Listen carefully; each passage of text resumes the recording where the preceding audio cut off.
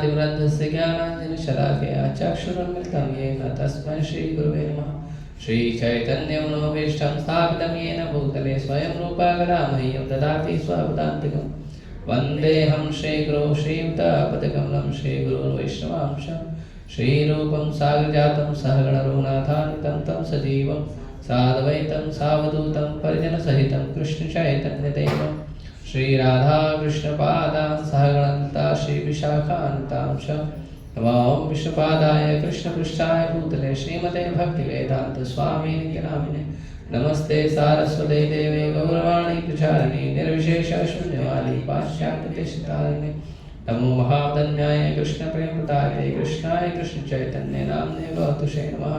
हे कृष्ण करुणा सिंधु दीनबंधु जगत्पते गोपेश गोपिकाकांत राधाकांत नमोस्तुते। तप्त कांचन गौरांगी राधे वृंदावनेश्वरी वृषभानुसुते देवी प्रणमामि हरिप्रिये। वाञ्छाकल्पतरुभ्यश्च कृपा सिन्धुभ्येव च पतितानां पावनेभ्यो वैष्णवेभ्यो नमो नमः। जय श्री कृष्ण चैतन्य प्रभु नित्यानंद श्री अद्वैत गदाधर श्रीवासादि गौरभक्तवृंद। हरे कृष्णा कृष्णा कृष्णा हरे हरे राम राम राम हरे हरे।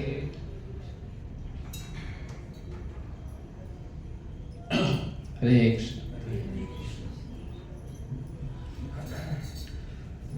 तो मैं थोड़ा ब्रेक लिया था 1 हफ्ता, क्योंकि मैं वृंदावन गया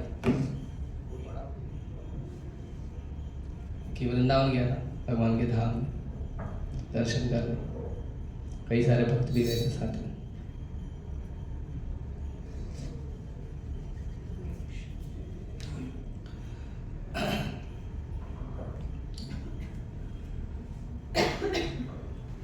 तो वो खिड़की बंद करो पीछे। तो हमारे एक आचार्य कहते हैं, जड़ विद्या मायार वैभव तुम्हार भक्ति बाधा। कि संसार में लोग जो भक्ति करना चाहते हैं, जो भक्ति करते हैं, या संसार के साधारण लोग जो भक्ति नहीं करते हैं, उन्हें यह समझना बहुत जरूरी है कि भक्ति में बाधा क्या होती है। क्योंकि जो कर रहे हैं वो सतर्क हो जाए कि हमारी भक्ति में ये चीज बाधा है, हमको अच्छे से भक्ति करना चाहिए। और जो नहीं कर रहे हैं उनको पता चल जाए कि हमारा भक्ति में रुचि क्यों नहीं लग रहा। ये बहुत महत्वपूर्ण है। तो आचार्यगण कहते हैं, जड़ विद्या मायार वैभव। भगवान की भक्ति के खिलाफ या भगवान की भक्ति के विपरीत जो वस्तु है वो भी वैभव होता है ना, उसको भी वैभव बोलते हैं। वैभव मतलब ऑपुलेंस, मतलब धन। तो भक्तों का भी कुछ धन होता है, अभक्तों का भी कुछ धन होता है। भक्त कुछ चीज को अपना धन मानते हैं और अभक्त कुछ चीज को अपना धन मानते हैं। तो जो भक्तों का धन है उसका भी एक मूल कारण होता है, और जो अभक्तों का धन है उसका भी एक मूल कारण होता है। दोनों धन का मूल कारण होता है, और जो मूल कारण है उसका ज्ञान भी होता है। भक्तों के धन का भी ज्ञान है और अभक्तों के धन का भी ज्ञान है। इसीलिए ज्ञान को 2 भागों में बांटा गया है। ज्ञान एक नहीं है। कोई सोचेगा कि मैं वेद पढ़ के, पुराण पढ़ के मैं ज्ञानी बन जाऊंगा, नहीं, पॉसिबल नहीं, पॉसिबल नहीं। क्योंकि वेद पुराण पढ़ने के बावजूद हम देखते हैं कि कई सारे लोग कृष्ण की भक्ति नहीं करते, कर्मकांड करते, दुकान खोल के रखते, धंधा व्यापार करते हैं, है ना। यहाँ पूजा करा देंगे, वहां आरती करा देंगे, वहां किसी का गृह प्रवेश करा देंगे, तो उसको ज्ञान नहीं कहते हैं। इसीलिए जो ज्ञान शब्द है, अर्जुन ने जब भगवान को पूछा कि भगवान ज्ञान किसको बोलते हैं, आप बोल रहे हो कि ये करो, ये करो, ये करो, ये करो, तो मुझे सच में बताओ कि ज्ञान किसको बोलते हैं? सच में ज्ञान किसको बोलते हैं? जिसको समझने के बाद, जिसको प्राप्त करने के बाद व्यक्ति ज्ञानी बनेगा, तो ज्ञान किसको बोलते हैं? तो भगवान ने कहा कि ज्ञान का मतलब होता है भौतिक, जो भौतिक पदार्थ है, या ये जो शरीर है हमारा भौतिक पदार्थ से बना हुआ, भौतिक पदार्थ या ये शरीर और इस शरीर को जानने वाले दो लोग, उनको जानने का मतलब होता है ज्ञान। क्षेत्र क्षेत्रज्ञोर ज्ञानम यत् ज्ञानम मतम मम। भगवान बोलते हैं मेरे हिसाब से यही ज्ञान है। क्या ज्ञान है? क्षेत्र मतलब शरीर है ना। क्षेत्र का मतलब नहीं होता खेती करना, वो भी क्षेत्र है, लेकिन आत्मा के लिए क्षेत्र शरीर है, क्योंकि आत्मा शरीर पे काम करता है और फिर शरीर से हम खेत में या कंपनी में या कहीं काम करते हैं, घर में काम करते हैं। तो आत्मा शरीर का उपयोग करता है, तो आत्मा के लिए क्षेत्र जो है वो शरीर है। इसीलिए जो क्षेत्र है वो शरीर है, और भगवान कहते हैं क्षेत्र को जानना और क्षेत्र को जानने वाले को जानना, उसको कहते हैं ज्ञान। तो क्षेत्र जो है ये शरीर है, पंच महाभूत से बना है या प्रधान के 24 तत्वों से बना हुआ है। तो ये शरीर जो है उसको जानने का प्रयास करना कि ये शरीर क्या है, क्यों मिला है, इसका उद्देश्य क्या है, क्या करने के लिए मिला है। साधारण जो जनता है वो शरीर के बारे में ये सब जानने का प्रयास नहीं करती। वो खाली यही जानने का प्रयास, मेरा शरीर सुंदर दिखता है कि नहीं, मेरे शरीर से लोग आकर्षित हो रहे हैं कि नहीं, मेरे शरीर में किस चीज की रुचि है, किस चीज की रुचि नहीं है, वो केवल इसका प्रयास करते हैं। और उसके अनुसार समाज में जो ट्रेंड चलता है उसके अनुसार वो अपनी रुचि बदलते रहते हैं। जैसे अभी आजकल आप देखोगे सर्वत्र हर व्यक्ति शर्ट पैंट पहनता है, जीन्स पहनता है, टी शर्ट पहनता है, लेकिन 300-400 साल पहले तो कोई पहनता नहीं था, है ना। अंग्रेज लोग पहना के, अब समाज में ट्रेंड बन गया है शर्ट पैंट पहनना, तो टी शर्ट और जीन्स पहनना, फटा हुआ कपड़ा पहनना, है ना। बहुत सारा पैसा गड्डी पैसे लेके जाना, शॉपिंग मॉल में देना और फटा हुआ कपड़ा लेके आना, है ना। ये भी ट्रेंड है ना। और ये बहुत जो अमीर क्लास के लोग होते हैं ना वो करते हैं, क्योंकि उनको जो गरीबी का आनंद होता है ना, फटे हुए कपड़े पहनने का जो गरीबी का आनंद होता है तो वो प्राप्त नहीं होता है, तो वो पैसा देकर प्राप्त करते हैं। तो ये भी ट्रेंड है। तो जो ट्रेंड चलता है लोग उसके अनुसार अपनी रुचि को परिवर्तित करते रहते हैं। उसका मतलब नहीं है कि वो सही चीज है। जैसे प्रभुपाद जी एक छोटा सा उदाहरण देते हैं। एक बार एक व्यक्ति पार्टी में जा रहा था, तो पहले कोट होता था ना, तो कोट के पीछे पूंछ होती थी, लंबी पूंछ होती थी। तो वो व्यक्ति जा रहा था पार्टी में, तो सब लोग गए थे पार्टी में। तो क्या हुआ, जब वो गाड़ी से निकल रहा था तो जो उसकी पूंछ है वो गाड़ी में दब गई, तो वहां से फट गया। अब जब फट गया और वो गया पार्टी में, अब वो नाच रहा था, जो भी है उसका पार्टनर उसके साथ, तो लोगों ने देखा, बोला अरे तुम्हारा पूंछ फटा हुआ है। बोला ये पूंछ फटा हुआ थोड़ी है, नया फैशन है। तो क्या हुआ, उस पार्टी में सब लोग ने अपनी अपनी पूंछ काट लिया, नया फैशन समझ के। इसके लिए प्रभुपाद जी कहते हैं any nonsense you do and tell this is new fashion, people will follow. आप कुछ भी मूर्खतापूर्ण कार्य करो और कोई टोकने आए तो आप उसको बोलो ये नया फैशन है, लोग करेंगे। ऐसे लोग सर पे घोंसला बना के घूमते हैं, है ना। देखा, बड़ा बड़ा बाल रखना, दाढ़ी बना, इतना बड़ा बड़ा दाढ़ी बना के घूमना, ठीक है, साधु संतों के लिए ठीक है, क्योंकि उनके पास समय नहीं होता भजन के अलावा इसके। लेकिन हमको पता करना चाहिए कि सफाई का जो नियम है उसके अनुसार हमको, ठीक है, माताओं का तो श्रृंगार है बाल रखना, लेकिन प्रभु जी लोग उनको भी देखते हैं ऐसे बढ़िया बन के घूमते रहते हैं। जो भी है अभी आप लोग समझ लेते हैं, दुखी मत होइएगा, दुखी होएगा तो लास्ट में पूरी दे दूंगा एक। तो ये ट्रेंड बन गया है। तो उसी प्रकार हम ज्ञान को भी ट्रेंड के अनुसार ही स्वीकार करते हैं। किसी गांव में एक व्यक्ति इंजीनियर बन गया, ज्यादा पैसा कमा रहा, अब लगा पूरा गांव इंजीनियर बनने। अरे वो पड़ोसी का लड़का, उसके घर का लड़का, फलाने का लड़का, वो देखो इंजीनियर बन गया, बहुत पैसा कमाता है।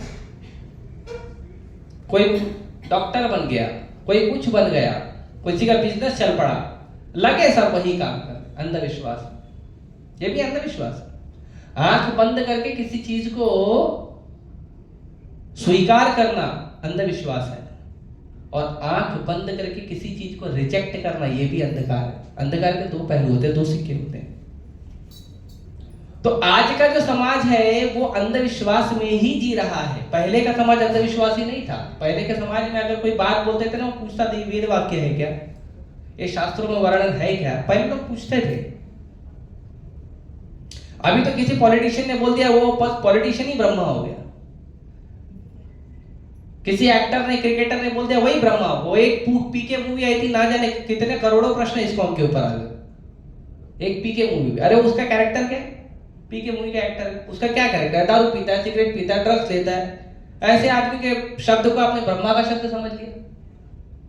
आप देख लो जितने भी बॉलीवुड वाले, क्या कैरेक्टर है उनका। लड़की का कोई कैरेक्टर नहीं, लड़के का कोई कैरेक्टर नहीं, माँ बाप का कोई कैरेक्टर नहीं, कुछ कैरेक्टर नहीं है उन लोगों का। सबसे घटिया, थर्ड क्लास, उससे भी बेकार। और अगर शास्त्रों के अनुसार देंगे तो उनका कैरेक्टर थर्ड क्लास नहीं, 10th क्लास।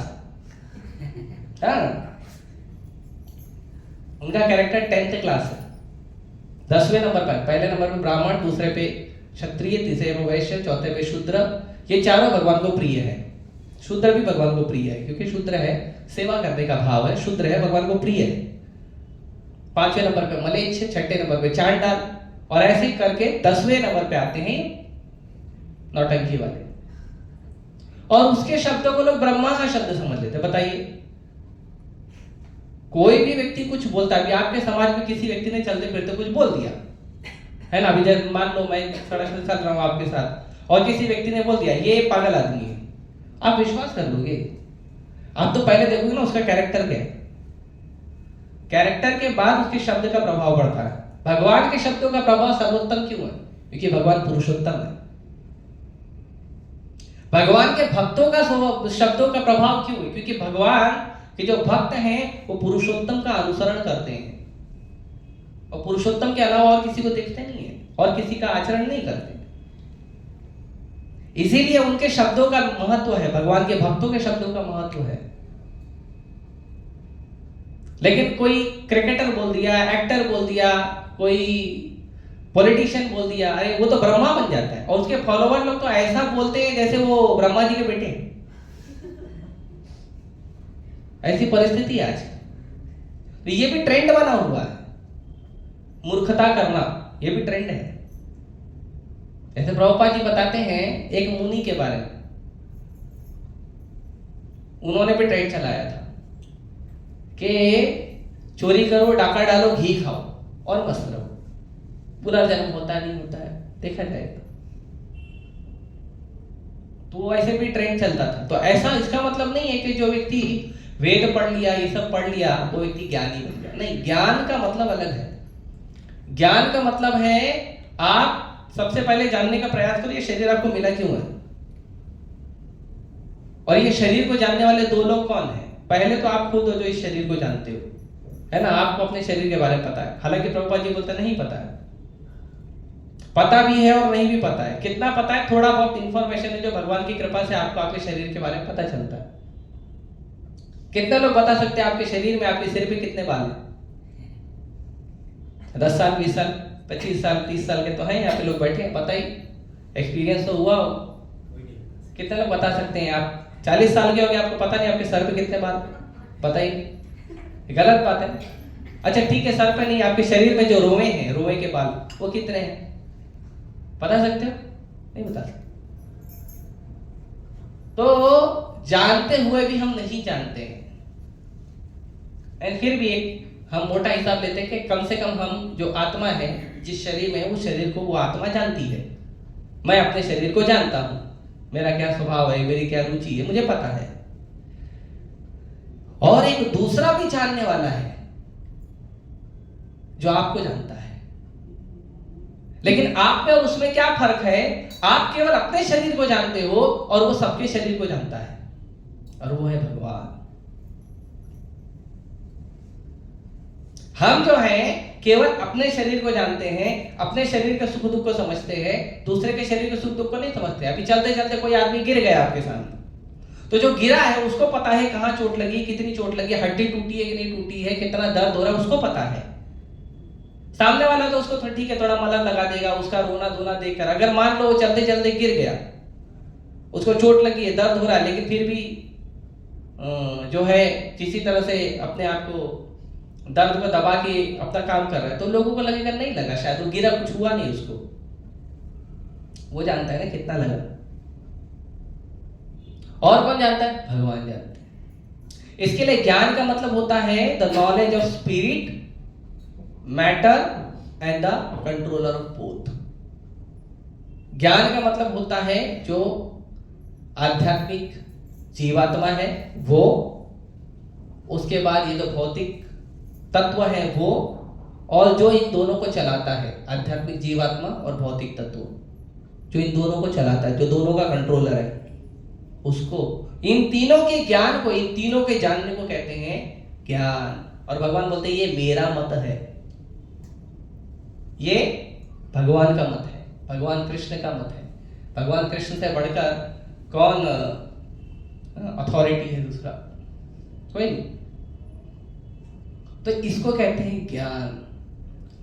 और जब तक समाज में इस ज्ञान का प्रचार नहीं होगा तब तक लोग ज्ञानी नहीं बनेंगे, तब तक लोगों को पता नहीं चलेगा। जैसे कई बार लोग बोलते हैं हाँ हम भक्ति करते हैं, हम गीता पढ़ते हैं, हम ये करते हैं, वो करते हैं, हम बहुत कुछ करते हैं, भक्ति करते हैं।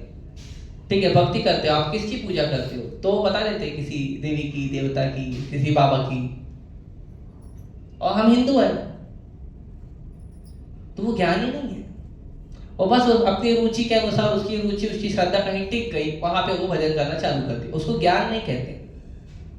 ज्ञान का मतलब होता है कि विज्ञान के रूप में आपको पता रहे कि आप क्या कर रहे हो, क्यों कर रहे हो, उसका क्या परिणाम होगा, उसको कहते हैं ज्ञान।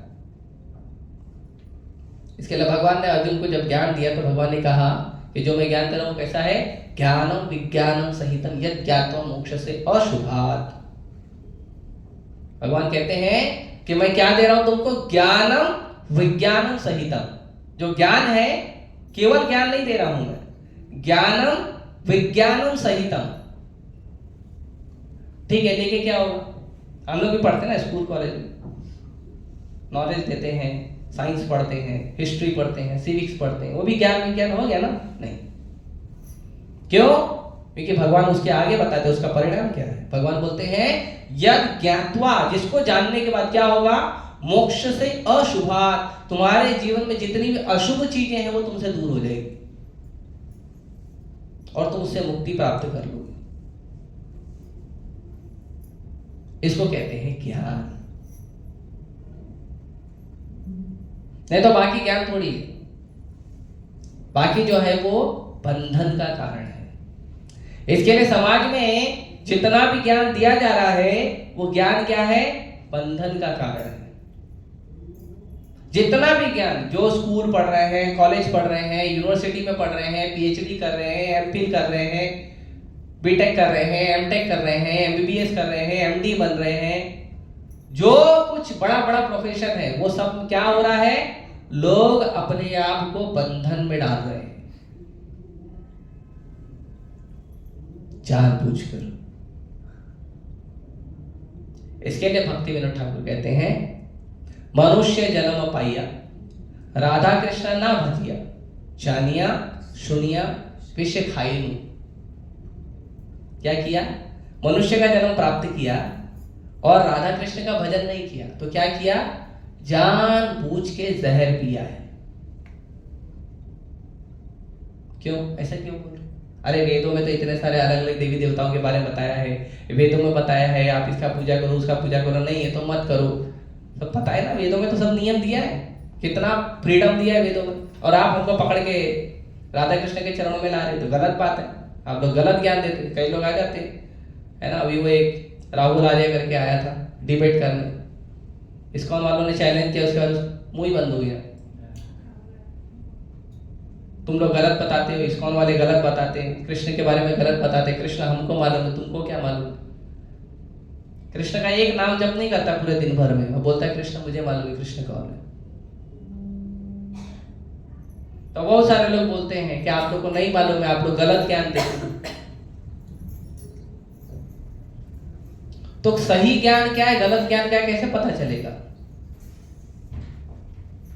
कौन व्यक्ति सही ज्ञान को प्राप्त करा, कौन व्यक्ति गलत ज्ञान को प्राप्त करा, कैसे पता चलेगा? वो पता चलेगा व्यक्ति के आचरण से, व्यक्ति के व्यवहार से। और क्यों कहते हैं राधा कृष्ण का भजन नहीं किया तो जहर खाया है? क्योंकि भगवान भगवत गीता में कहते हैं, भगवद गीता के अध्याय 15 श्लोक 15 में भगवान कहते हैं कि वेदांत कृत वेद विद एवचा, के वेदों को लिखने वाला मैं हूं। भगवान व्यासदेव के रूप में प्रकट होकर वेदों को लिखे हैं। वेद लिखना इतना आसान नहीं है, किसी के भी बस की बात नहीं है वेद लिख देना। भगवान ने कहा मैंने लिखा है वेद को। वेदांत कृत, वेद और वेदांत जो है भगवान ने स्वयं लिखा है, वेद व्यास का अवतार लेके।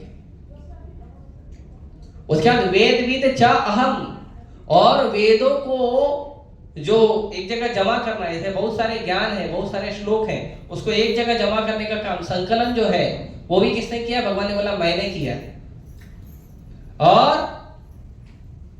और वेदों को जानने का मतलब है भगवान कृष्ण को जानना, भगवान कृष्ण की पूजा करना, भगवान कृष्ण की सेवा करना। ये भगवान भगवत गीता के 15वें अध्याय के 15 नंबर श्लोक में बोलते हैं। जैसे अर्जुन ने बताया, आप इतना सब गीता सुना है, कुछ शॉर्टकट रास्ता बताओ, है ना? क्योंकि अर्जुन तो सब कुछ पालन कर लेगा, अर्जुन तो आधे घंटे में गीता समझ लिया। और अर्जुन बोला नष्टो मोहस्मृतः लब्ध्वा तत्प्रसादं मया अच्युता, मेरा मोह खत्म हो गया, भगवान बुद्धि आ गई, जो आप बोलोगे वो करूंगा, करिष्ये वचनं तव, है ना? अभी हम लोग तो कितने महीनों से आ रहे हैं, अभी तक आया नहीं करिष्ये वचनं तव, है ना? अभी भी कुछ बोल दो तो बोलते प्रभु जी थोड़ा टाइम कम करो, थोड़ा सेवा कम करो। होता है क्यों? क्योंकि अभी तक आया नहीं करिष्ये वचनं तव। अर्जुन ने तो बोला, अर्जुन ने बोला ना करिष्ये वचनं तव। तो क्या डिफरेंस है? डिफरेंस ये है कि अर्जुन पूरी तरह शरणागति था और हम पूरी तरह शरणागति नहीं है। तो इसीलिए अर्जुन ने पूछा, भगवान कलयुग में बहुत सारे लोग आ रहे हैं जिनको शॉर्टकट चाहिए, है ना? अभी हम ही लोग जाते हैं, मैं जाता हूँ कभी कभी कल्याण, तो कल्याण जाने के लिए पहला जो रास्ता था, ये हमारा मेट्रो बनने के पहले क्या रास्ता था? इधर से दादर जाओ, दादर से ट्रेन से निकल के जाओ, दूसरा इधर से कुर्ला जाओ, कुर्ला से ट्रेन से निकल के जाओ, और दूसरा रास्ता नहीं था, बहुत लंबा रूट था, 2.25 घंटा लगता था। तो अभी मेट्रो आ गया, है ना? तो जल्दी पहुंचना है तो शॉर्टकट मार देते हैं। तो यहाँ से डीएन नगर से सीधा मेट्रो मार दिया, पहुंच गए घाटकोपर, घाटकोपर से जल्दी पहुंच जाएंगे। तो घाटकोपर से 40 मिनट लगता है और यहाँ से जो है लगभग 30 मिनट, तो 1.25 घंटे पहुंच जाते, है ना? तो आज उनको मालूम था कलयुग के लोग शॉर्टकट मारेंगे, और सब लोग शॉर्टकट मारते हैं, किसी को भी कुछ भी पूछो। एग्जाम में टीचर ने पढ़ा दिया, 2 महीना 3 महीना अच्छे से मेहनत करके टीचर ने पढ़ा दिया। एग्जाम के 1 हफ्ता पहले बच्चा जाके पूछता है टीचर क्वेश्चन बैंक दे दो। क्या आपने जो पढ़ा है वो ठीक है, उसको मुझे नहीं पढ़ना है, आप मुझे वो बताओ कि आपने पेपर किस में कौन कौन से क्वेश्चन डाले हैं, उसके ऊपर थोड़ा पजल डाल दो तो मैं उतना एटलीस्ट पढ़ लूंगा। मतलब आपने अगर 4 क्वेश्चन डाले हैं तो मुझे 10 क्वेश्चन दे दो, मैं 10 पढ़ लूंगा, उसमें से 4 जो आएंगे मैं कर लूंगा। टीचर मैंने तो 40 क्वेश्चन पढ़ाए, नहीं पढ़ाए वो मत बताओ, एग्जाम में आपने जो डाला है उसके हिसाब से 2-3 क्वेश्चन बढ़ा के दे दो, उसको मुझे पढ़ना है ना? इसके लिए बच्चों की आदत है, टेक्स्ट बुक अलग पढ़ेंगे, उसके बाद डाइजेस्ट अलग पढ़ेंगे, उसके बाद उनका 21 सेट आता है वो अलग पढ़ेंगे, सब आदत हो गया है, तो शॉर्टकट मारते हैं। तो अर्जुन को पता था शॉर्टकट मारेंगे कलयुग में लोग, मेरे जैसे लोग, है ना, मेट्रो से जाने वाले। तो अर्जुन ने पूछा भगवान को शॉर्टकट रास्ता बताओ, तो भगवान बोले मन मना भव मद्भक्तो मदयाजी माम नमस्कुरु, मन में मेरा स्मरण करो। तो अर्जुन बोला वो तो पहले मना कर चुका हूँ, मन में तो होता नहीं स्मरण, क्योंकि मन तो चंचल है। चंचलम ही मना कृष्ण प्रमाथि बलवत दृढ़, दृढ़ता है, प्रमादी है, बलवत है, बहुत पावरफुल है। कोई कितना भी बड़ा शक्तिशाली व्यक्ति हो, उसका जो रुचि का चीज है ना वो उसको दिखा दो, बस गया। हाथी इतना बलवान होता है, तो एक हथनी को देख लेता है, खत्म, फंस जाता है। तो मन तो लगेगा नहीं, तो फिर क्या है, मत भक्तो, मेरा भक्त बनो, भक्ति के नियमों का पालन करो, मेरा भक्त बनो, हरे कृष्णा मंत्र जप करो, ग्रंथों को पढ़ो, ये सब बताया। तो उसमें भी थोड़ा दिक्कत होता है। फिर क्या है, मद यादी, मेरी पूजा करो, कम से कम उतना तो करो। तो मद यादी वो भी नहीं हो रहा तो कम से कम माम नमस्कुरु, एक बार प्रणाम तो करो। कुछ नहीं होता तो कम से कम प्रणाम तो करो। कोई भी व्यक्ति मंदिर में आता है, इसलिए मैं सबसे पहले बताता हूं, तुम पहले प्रणाम करो भगवान को, बाकी चीज बाद में देखेंगे। प्रणाम करो, चरणामृत पियो, उसके बाद बात करता हूं। कम से कम प्रणाम तो करो, कृष्ण को स्वीकार तो करो। आप मेरे से सुपीरियर हो, आप मेरे से वरिष्ठ हो, आप मेरे से बड़े हो, स्वीकार तो करो।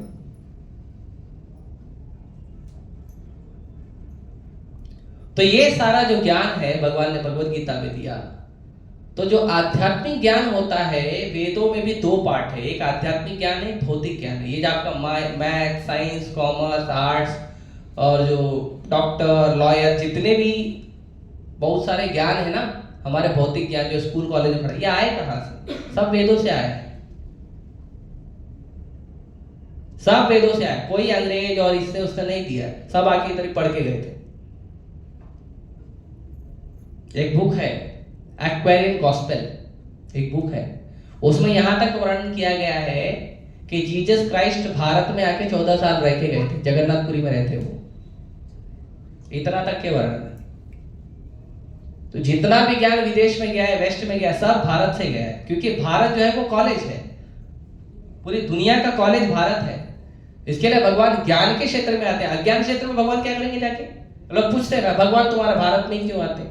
तो तुम्हारे पास थोड़ी आएंगे, तुम अज्ञानी लोग हैं, दारू पीने वाले, शराब पीने वाले, मांस खाने वाले, तुम्हारे पास क्यों आएंगे? ज्ञानी लोग के पास आएंगे ना भगवान। कोई भी व्यक्ति किसके पास जाता है? जो अच्छा है, ज्ञानी है, कल्चर्ड है, कैरेक्टर वाला है, उसके पास जाएंगे ना भगवान।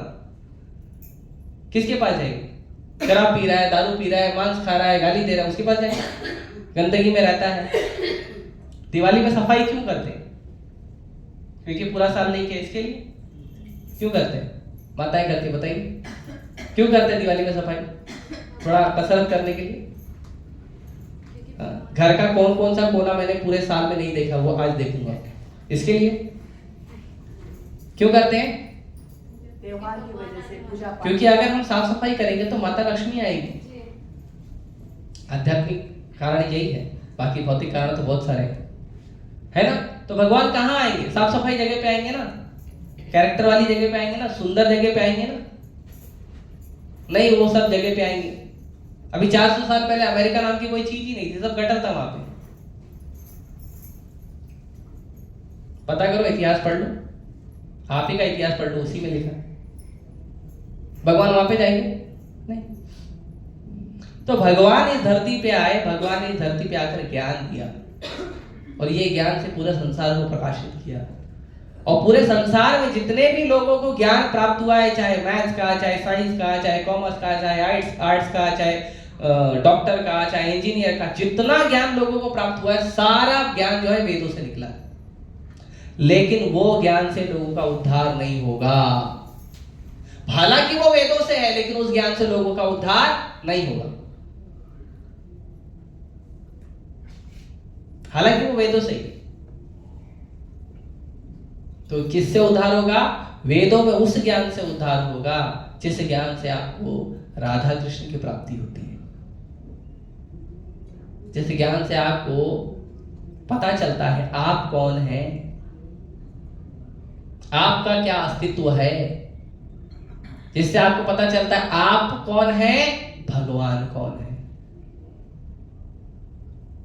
पहला हम कौन है, उसको बोलते हैं साइंस ऑफ सेल्फ रियलाइजेशन। आत्म साक्षात्कार का विज्ञान। पहले पता चलता है मैं कौन, फिर पता चलता है भगवान कौन है, और फिर पता चलता है मेरा और भगवान का संबंध क्या है। भौतिक संसार में तो हम संबंध बनाते हैं, पहले से बना हुआ कोई संबंध है नहीं। बोलेंगे माँ बाप का संबंध है, पिछले जन्म में कौन माँ बाप था बताओ? किसको याद है पिछले जन्म में मम्मी पापा? किसी को याद है? मेरे को तो याद है। ठीक है, अगले जन्म में कौन बनेगा? किसी को याद है? आप किसके मम्मी पापा बनोगे अगले जन्म में? पता नहीं। ठीक है, इसी जन्म में आप किसके मम्मी पापा बनोगे जो शादी नहीं किया? बताओ। हाँ, तो जो माँ बाप का बच्चे का भी संबंध है वो भी बनाया जाता है ना, कर्मों के आधार पे हमको मिलता है ना, चेतना द्वारा बनाया जाता है। जो गर्भाधान संस्कार है वो इसीलिए किया जाता है कि गर्भाधान संस्कार से हम अच्छी जीवात्मा को अपने घर में बुलाते हैं। अगर बॉलीवुड मूवी देखकर अगर संतान उत्पत्ति होती है तो लड़के बॉलीवुड जैसे ही आते हैं। हाँ, सेल्फी लेंगे, नाचेंगे, गाएंगे, बड़े होके दारू पिएंगे, सिगरेट पिएंगे, जिनको चाहिए वो करते हैं ऐसे, और बाद में बोलते हैं देखो मेरा बेटा बिगड़ गया। बेटा नहीं बिगड़ा, तुमने गलत जीवात्मा को घर में बुलाया। गर्भाधान संस्कार का इतना महत्व है, इसीलिए जो भगवान की भक्ति करता है उसके घर में अच्छी जीवात्मा आती है, और जो भक्ति नहीं करता तो जैसी उसकी चेतना होती है वैसी ही जीवात्मा घर में आती है। फिर बोलता है अरे मेरा बच्चा मेरे को इतना परेशान करता है, आपकी चेतना ही वैसी है, क्या करें? तो ये ज्ञान बहुत महत्वपूर्ण है। आप कौन है, भगवान कौन है, आपका भगवान का संबंध क्या है, ये जानने वाला, ये देने वाला ज्ञान जो है, ये ज्ञान बहुत महत्वपूर्ण है। और इसी ज्ञान को कहते हैं आध्यात्मिक ज्ञान, और इसी ज्ञान से व्यक्ति की मुक्ति होती है। इसी ज्ञान से व्यक्ति जो है अशुभ चीजों से दूर होता है, नहीं तो व्यक्ति बंधन में पड़े रहेगा। और ये ज्ञान मिलता है आपको भगवत गीता में, भागवतम में, अलग अलग शास्त्रों में ये ज्ञान मिलता है। आप देखेंगे कुछ लोग हैं, वेद पढ़ो, हम वेद पढ़ने वाले हैं, वेद पढ़ो, वेद को फॉलो करो। ठीक है, वेद भी भगवान नहीं बोला है, तेने ब्रह्म हृदय आदि कवये, भगवान कृष्ण ने ब्रह्मा जी के हृदय में ये ज्ञान प्रकाशित किया। आदि कवि ब्रह्मा जी हैं, तो ब्रह्मा जी ने उनके हृदय में इस ज्ञान, ब्रह्मा जी को भगवान ने उनके हृदय में ज्ञान प्रकाशित किया वेदों का। तो ये वेदों का ज्ञान भगवान ने दिया है, लेकिन भगवान ने ब्रह्मा जी को दिया क्योंकि ब्रह्मा जी को पूरा सृष्टि बनाना था, भौतिक सृष्टि बनाना था, इसके लिए ब्रह्मा जी को ज्ञान दिया। और भौतिक सृष्टि में आके आध्यात्मिक ज्ञान प्राप्त करना, इसके लिए भौतिक आध्यात्मिक दोनों दिया। लेकिन भौतिक संसार में आके इसी में फंसे रहना है और बाहर नहीं निकलना है, ऐसे ज्ञान को प्राप्त करके पड़े रहना है, तो उस ज्ञान से क्या लाभ है? इसीलिए आचार्यों ने वेदों से उस ज्ञान को निकाला जो ज्ञान से हमारा आध्यात्मिक उन्नति होगा, जो ज्ञान से हम संसार के जो हमने अपना पूरा संसार फैलाया है, ये संसार के जो बंधन है इससे बाहर निकले। इसीलिए भगवान भगवत गीता के 3रे अध्याय में कहते हैं त्रैगुण्य विषया वेदा निस्त्रय गुण्य भव अर्जुन। भगवान ने कहा कि जो वेद हैं वो 3 गुणों की बात करते हैं, सतोगुण, रजोगुण, तमोगुण। वेद जो है वो 3 गुणों की बात करते हैं, और अर्जुन तुम इन तीनों गुण से ऊपर उठो, तुमको मैं दिव्य ज्ञान देना चाहता हूं। इसके लिए 4थे अध्याय में भगवान ने दिव्य ज्ञान दिया है। 4थे अध्याय का नाम है दिव्य ज्ञान। इसीलिए ये ज्ञान संसार के लिए सबसे ज्यादा महत्वपूर्ण है। भगवान चैतन्य महाप्रभु जब धरती पे आए तो भगवान तो सर्वज्ञ हैं, वो तो कुछ भी लोगों को ज्ञान दे सकते, कहीं से भी बता सकते हैं, उनसे बढ़कर क्या है। और वो जो बोलेंगे वही ज्ञान है, वो जो उनके मुंह से निकलेगा वही वेद वाक्य है। वेद शब्द का मतलब होता है ज्ञान, वही वेद वाक्य है, जो भगवान बोल दिए वही वेद वाक्य है, फिर अलग क्या है। लेकिन भगवान चैतन्य महाप्रभु ने कहा जारे देखो तारे कहो कृष्ण उपदेश। महाप्रभु ने ये नहीं कहा कि ठीक है जाओ किसी को वेद पढ़ाओ, किसी को वेदांत पढ़ाओ, किसी को ये करो, नहीं। क्योंकि महाप्रभु भक्त के रूप में आए हैं और एक भक्त का जो भाव होता है वो होता है पर दुख दुखी, दूसरे के दुखों को देखकर दुखी होना। अभी समाज का ये स्थिति नहीं, अभी समाज का स्थिति क्या है? पर दुख सुखी। दूसरों के दुख को देखकर खुश। किसी को दुख हो रहा है, हमको मजा आता, कोई गिर गया देखो ताली बजा के हंसते लो। और पर सुख दुखी, किसी ने नया मोबाइल ले लिया, किसी ने नया गाड़ी ले लिया, इतना दुख हो जाता है। 3-4 दिन तो टेंशन बना रहता है, देखो कैसे ले लिया, इतना गरीब आदमी था फिर भी, उसको कैसे मिल गया। आजकल के जो नौजवान बच्चे हैं जिनको हम स्कूल कॉलेज में भेजते हैं, उनका सबसे बड़ा टेंशन यही है, क्योंकि सॉफ्टवेयर अलग है। उनके शरीर में जो सॉफ्टवेयर है वो कैसा है? पर दुख सुखी और पर सुख दुखी। इसके लिए माँ बाप घर से क्या बोलकर भेजते हैं वो उनको याद ही नहीं रहता, क्योंकि कॉलेज में जाते ही सॉफ्टवेयर चेंज हो जाता है। तो किसी की पेन देखेंगे, किसी की पेंसिल देखेंगे, किसी की पुस्तक देखेंगे, किसी का होमवर्क देखेंगे, किसी के कपड़े देखेंगे, किसी का मोबाइल देखेंगे, किसी का बाइक देखेंगे, किसी का स्कूटी देखेंगे, और टेंशन।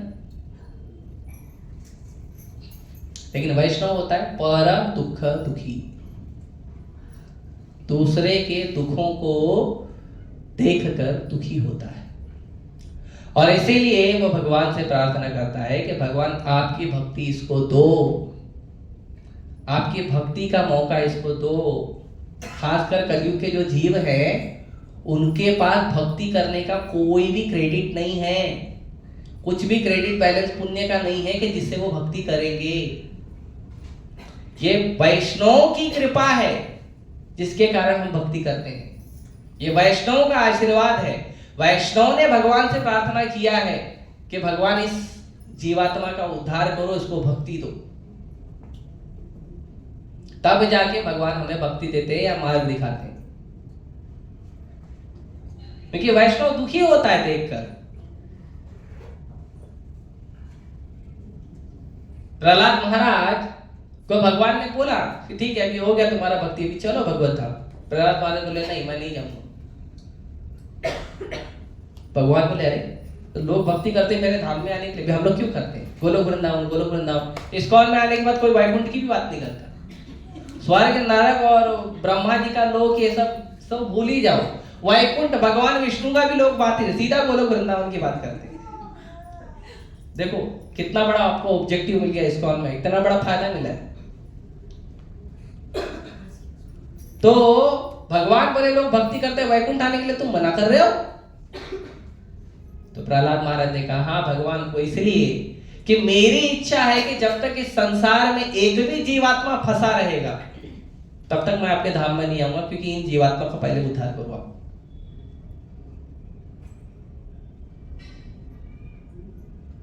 ये भक्तों का भाव है। इसीलिए जितने भी आचार्य प्रकट हुए हैं जिन्होंने भक्ति दी है, उन्होंने कष्ट सहा है, मार खाया है, कितने लोगों की तो हत्या हो गई है, लेकिन फिर भी उन्होंने भगवान से यही प्रार्थना किया भगवान ये नहीं जानते ये क्या कर रहे हैं, कृपया उनको दंड मत दीजिए, इनका उद्धार करिए। प्रभुपाद जी एग्जाम्पल देते हैं जीसस क्राइस्ट का। जीसस क्राइस्ट जिनका उद्धार करने के भारत से सीख के गए थे, उनको सिखाने के लिए, तो कुछ लोग आ गए सीखने के लिए, जिनके पास थोड़ा बहुत पुण्य था आ गए सीखने के लिए। तो भी जीसस क्राइस्ट ने देखा जो सीखने भी आए थे उनके पास भी इतना बुद्धि नहीं था कि पूरा का पूरा उनको वैदिक ज्ञान दिया जा सके। इसीलिए उन्होंने कहा कि मैं तुमको दे तो बहुत कुछ सकता हूं, मेरे पास है बहुत कुछ देने के लिए, लेकिन तुम संभाल नहीं सकते, इसीलिए मैं तुमको सब कुछ दे दूंगा, थोड़ा दूंगा जो तुम संभाल सकते हो। इसीलिए उन्होंने बोला कम से कम आप हत्या करना बंद करो, जीवों की साफ सफाई रखो, भगवान का नाम जप करो, उनके जो 10 कमांडमेंट्स हैं कम उतना दिया उन्होंने, कम से कम इतना तो करो। उस पर भी उन्हीं लोगों को जिनको वो प्रचार कर रहे थे उन्हीं लोगों ने उनको मार दिया। उस पर भी जीसस क्राइस्ट भगवान से प्रार्थना करे भगवान ये जानते नहीं क्या कर रहे हैं, कृपया इनको माफ करो। हरदास ठाकुर, उनको 22 बाजारों में कोड़े से मारा गया, 1 साल लगा, 1 साल तक पिटाई खा रहे थे कोड़े से। और जब सुदर्शन चक्र आया उनको बचाने के लिए, महाप्रभु ने सुदर्शन चक्र भेजा, जाओ उसको बचाओ, तो हरदास ठाकुर ने सुदर्शन चक्र से प्रार्थना किया कि ये अज्ञानी है, इनको नहीं पता ये क्या कर रहे हैं, ये तो अपने मालिक का आदेश पालन कर रही है, तो निर्दोष है, इनको छोड़ दो। तो ये भगवान के भक्तों का भाव। तो भगवान के भक्त हमारा उद्धार चाहते हैं और हम कष्ट भी देते हैं तो वो उन कष्टों को स्वीकार नहीं करते हैं, उसके बावजूद हमसे प्रेम करते हैं। इसीलिए इन ग्रंथों को लिखा गया।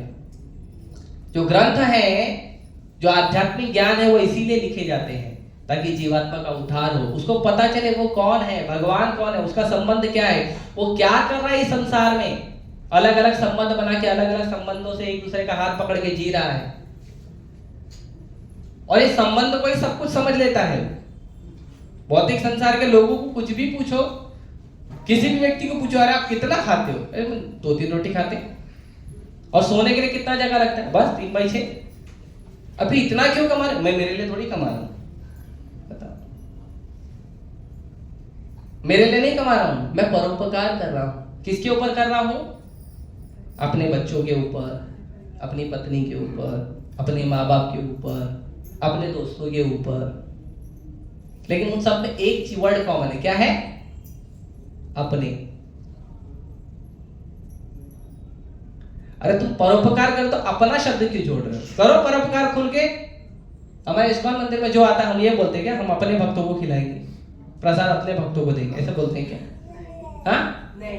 भगवान के भक्त हैं, खाओ, फूड फॉर लाइफ, सबके लिए। तो अपने शब्द साधु नहीं जोड़ता है, लेकिन सांसारिक लोग जोड़ते हैं। तो ये अपने अपने अपने अपने अपने, उसका मतलब क्या? आप किसके लिए जी रहे हो? अपने शब्द के लिए, मैं और मेरा, खुद के लिए जी रहे हो, और जो आपसे जुड़ा है उसके लिए जी रहे हो। और पड़े हो संसार, निकलना ही नहीं चाहते। ठीक है, ये सब हमारा जीवन खत्म हो गया, अभी अगले जन्म में, तो अगले जन्म में फिर दूसरे अपने अपने बना लेता है ना। वही गाना था ना, अपने तो अपने होते हैं और फंसा देते तुमको भौतिक जगत में, और कुटाई देती है माया, है ना। ये हमारी परिस्थिति। तो भगवान के भक्त आते हैं, देखते हैं कितना जन्म अपने अपने करेगा, निकलो। कितना जन्म हम अलग अलग जीवन में, कभी मनुष्य में, कभी कुत्ता, कभी बिल्ली, कभी घोड़ा, कभी गधा, कभी मच्छर, कभी देवता, कभी ब्रह्मा, बन बन के अपना अपना अपना अपना करते रहेंगे। कितना जन्म करोगे? निकलो बाहर, भक्ति करो भगवान का।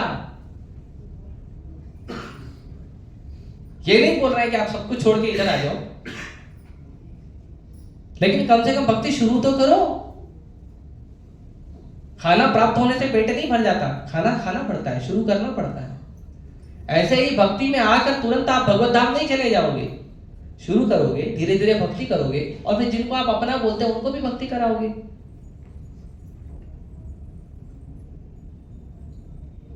इसीलिए ग्रंथ लिखे जाते हैं कि लोगों को बताया जा सके आप क्या कर रहे हो। वेद व्यास जी ने ग्रंथ, कई बार लोग बोलते हैं कि नहीं, जो वेद है या जो भगवान का भक्ति का ज्ञान है, वो भक्ति का ज्ञान जो है वो लिखा नहीं गया है, वो तो इंसानों ने लिखा है, वो भगवान ने लिखा नहीं था। भगवान तो ऊपर से ही भेज दिए थे, जैसे कुछ लोग आसमानी किताब फॉलो करते हैं तो ऊपर से ही आ जाता है डायरेक्ट, लिखा नहीं जाता है। हालांकि वो आसमानी किताब भी लिखी गई थी, उनको पता नहीं, बाइबल कुरान भी लिखा गया है, लेकिन जो इंस्ट्रक्शंस हैं वो डायरेक्ट है। तो ये वेद पुराण जो शास्त्र है, भगवत गीता है, भागवत में क्यों लिखा गया है, उसका कारण है।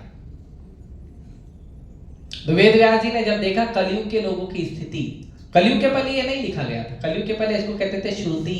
श्रुति मतलब एक बार गुरु ने शिष्य को ज्ञान दिया, शिष्य ने ज्ञान कंटिन्यू किया, word to word, comma to comma, comma full stop भी कंटिन्यू करते थे, इतना याद रहता था। अभी तो मुझे कल एक भक्त ने भेजा था छोटा सा क्लिप, वीडियो का क्लिप। तो उसमें एक कॉमेडियन है, वो बोलता है कि हमारा जो सिलेबस है वो समुंदर जितना बड़ा है, टीचर हमको सिखाती है नदियों जितना, और हमको याद रहता है बाल्टी भर, है ना। और एग्जाम में हम लिखते हैं लोटा भर, और नंबर आते हैं चुल्लू भर, और उसी में डूब के पड़ जाते हैं। तो ये तो कलयुग की परिस्थिति है। तो इसी को संस्कृत में बोलता हूं। तो इसी को कहते हैं, वेद व्यास जी ने क्या देखा, उन्होंने देखा प्रायेण अल्प आयुषः कलौ अस्मिन् युगे जना। कलयुग के लोग कैसे हैं? प्रायेण अल्प आयुषः। सतयुग में 1,00,000 वर्ष लोगों की उम्र थी, हम कलयुग में 100 वर्ष लेके आए भगवान से। तो उम्र कम है तो क्या हो गया? अरे मेहनत करेंगे, है ना, कर्म करेंगे, नहीं, मंदा आलसी रहेंगे। कलयुग के सब लोग आलसी। इतने सारे जो मशीन बन रही है, क्यों बन रही? क्योंकि कलयुग के लोग आलसी। इतने सारी मशीनों का जो इन्वेंशन हो रहा है इसीलिए हो रहा है। मैं भी हूं उसी में, क्योंकि मैं भी कलयुग में हूं। तो आप लोग मुझे गुस्से से देखो। अल्प आयुषः मंदः, वो आलसी रहेंगे। हर व्यक्ति आलसी है।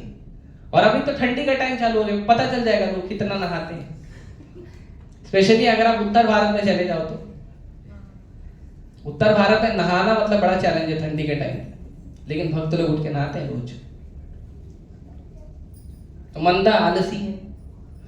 तो कोई बोलेगा अरे आलसी है तो क्या हो गया, बुद्धि का उपयोग करेगा, है ना। आदमी आलसी तो क्या हो गया, दिमाग तो तेज है, नहीं, सुमंद मतयो, उसका बुद्धि भी कमजोर है। पहले लोगों को एक बार ज्ञान दे देते थे, उसको याद रहता था जीवन भर। अभी ज्ञान देने के बाद उसको बार बार बैठा के पढ़ाना पड़ता है, फिर ट्यूशन लगाना पड़ता है, फिर एक्स्ट्रा ट्यूशन लगाना पड़ता है, फिर कॉलेज में एक्स्ट्रा क्लास लगानी पड़ती है, उसके बाद भी नंबर नहीं आते। ये तो परिस्थिति है। तो सुमंद मतयो। कोई बोलेगा ठीक है बुद्धि कमजोर है, अरे भाग्य तो प्रबल है, भाग्य तो अच्छा है। नहीं, मंद भाग्य। सोना चांदी की प्लेट में खाने वाले, घोड़े पर सवारी करके रथों पर चलने वाले, महलों में रहने वाले लोग, गांव में बड़े बड़े घरों में रहने वाले लोग, हम मुंबई में इतनी छोटी छोटी नारियल की कटोरी इतनी बड़ी खोली में रहते हैं। भाग्य इतना सुंदर है। तो बोलेगा ठीक है इतना प्रॉब्लम है तो कोई बात नहीं, अरे मिलजुल के रह लेंगे। नहीं, उपद्रतः, हर टाइम तैयार रहेगा लड़ाई करने के लिए। देखा क्यों? क्यों देख रहा है आप मेरे को? बस लड़ाई चल, धक्का क्यों मारा? वो मेरा गुलाब जामुन था, लड़ाई चल, होता है। तो ये हम लोगों की परिस्थिति है। तो वेद व्यास जी ने देखा इनका उद्धार कैसे होगा, तो इसके लिए उन्होंने लिखा श्रीमद् भागवतम, इसीलिए उन्होंने लिखा भगवत गीता। भगवत गीता गणेश जी ने लिखा है, इसीलिए ये ग्रंथों को लिखा गया है, इसीलिए इन ग्रंथों को पढ़ना चाहिए, हर रोज समय निकालकर पढ़ना चाहिए। हम बच्चों को तो बहुत बोलते हैं 1 घंटा रोज पढ़ा करो, ठीक है, और आप कितना पढ़ते हैं? हम कितना पढ़ते हैं? आधा घंटा, आधा मिनट रोज पढ़ना चाहिए। इन ग्रंथों में भगवान की वाणी है, इन ग्रंथों में हमारे लिए ज्ञान है। इसीलिए इस्कॉन के लोगों के लिए 1 साल के 2 महीने बहुत महत्वपूर्ण है। हालांकि पूरा साल ही हमारे लिए महत्वपूर्ण है। हमारे लिए तो हर दिन आनंद है, क्योंकि रोज सुबह उठ के नाचते हैं भगवान के साथ। उससे बड़ा आनंद क्या है? कोई दुखी आदमी रोज नाचेगा? नहीं। रोज सुबह उठेगा, ठंडी में नहाएगा, गर्मी में नहाएगा, बारिश में नहाएगा, रोज सुबह तिलक लगाएगा, धोती कुर्ता साड़ी पहनेगा, भगवान के सामने जाएगा, नाचेगा, गाएगा, 15-20 मिनट, आधा घंटा भगवान का भजन करेगा। करेगा कोई? नहीं। दुखी लोग क्या करेंगे? तो आनंद तो है। लेकिन इसमें 2 महीने बहुत विशेष है। पहला जो कार्तिक मतलब दीपदान करते हैं, अभी हम लोग ने किया, और कार्तिक के बाद दिसंबर, क्योंकि दिसंबर में मोक्षदा एकादशी आती है, और मोक्षदा एकादशी के दिन भगवान ने भगवत गीता का ज्ञान अर्जुन को दिया था। इसीलिए दिसंबर में पूरे संसार में भगवान के भक्त क्या करते हैं? पुस्तक वितरण करते हैं, डिस्ट्रीब्यूशन ऑफ द बुक्स। और प्रभुपाद जी ने कहा कृपया मेरी पुस्तकों का वितरण करें, कृपया मेरे ग्रंथों का वितरण करें, और ये बहुत जरूरी है। ये अगर हम लोगों को नहीं दे रहे हैं तो लोग जानबूझ के जहर पी रहे हैं, लोग जानबूझ के अपनी जिंदगी को बर्बाद कर रहे हैं। किसी भी व्यक्ति को जाके पूछो आपके जीवन का आदर्श कौन है, पहली बात तो लोगों को पता नहीं, और जिसको पता है वो गलत आदमी का एड्रेस देता है।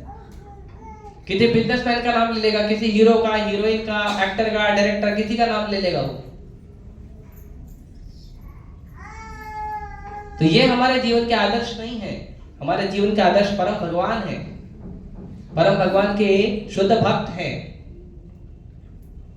और उससे हमारा जीवन आगे बढ़ेगा। इसके लिए पुस्तकों का वितरण बहुत जरूरी है, ग्रंथों का वितरण बहुत जरूरी है।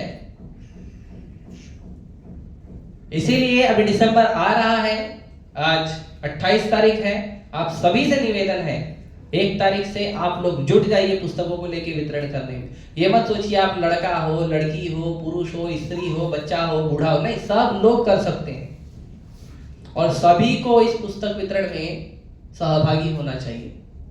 अभी आज जाने के पहले सब लोग संकल्प लो, आज हम 1 महीने में कितना पुस्तक वितरण करेंगे। कोई 100 करेगा, कोई 200 करेगा, कोई 1000 करेगा, जितना भी कर सको, 2000, 5000, जितना आप कर सको, आपकी क्षमता, आप प्रयास करो भगवान को प्रसन्न करने का। क्यों? क्योंकि भगवान ने पूरे भगवत गीता में तो बताया है कि मुझे कौन कौन पसंद है, लेकिन एक जगह पे भगवान बताया है कि इस व्यक्ति से ज्यादा मुझे कोई पसंद नहीं। भगवद्गीता के 18वें अध्याय में 68 नंबर श्लोक में भगवान कहते हैं, यम इमं परमं गुह्यम यत् भक्तेषु मद भक्तेषु विदास्यति भक्तिमयि पराकृत्वा मामे वैश्यस्य असंशय। कि ये जो परम गुह्य ज्ञान है जो मैंने तुमको दिया है अर्जुन, इस परम गुह्य ज्ञान को यदि कोई भी व्यक्ति दूसरे को ले जाकर देता है तो उस व्यक्ति से ज्यादा प्रिय मुझे कोई नहीं है, और इसमें कोई डाउट नहीं है। जो भगवान के संदेश को लोगों तक पहुंचाता है, जो प्रचार करता है।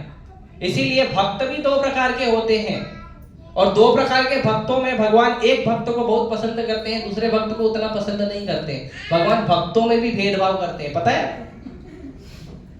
है भगवान भक्तों में भी भेदभाव करते हैं। तो 2 प्रकार के भक्त होते हैं, एक होते हैं भजनानंदी और एक होते हैं गोष्ठ्यानंदी।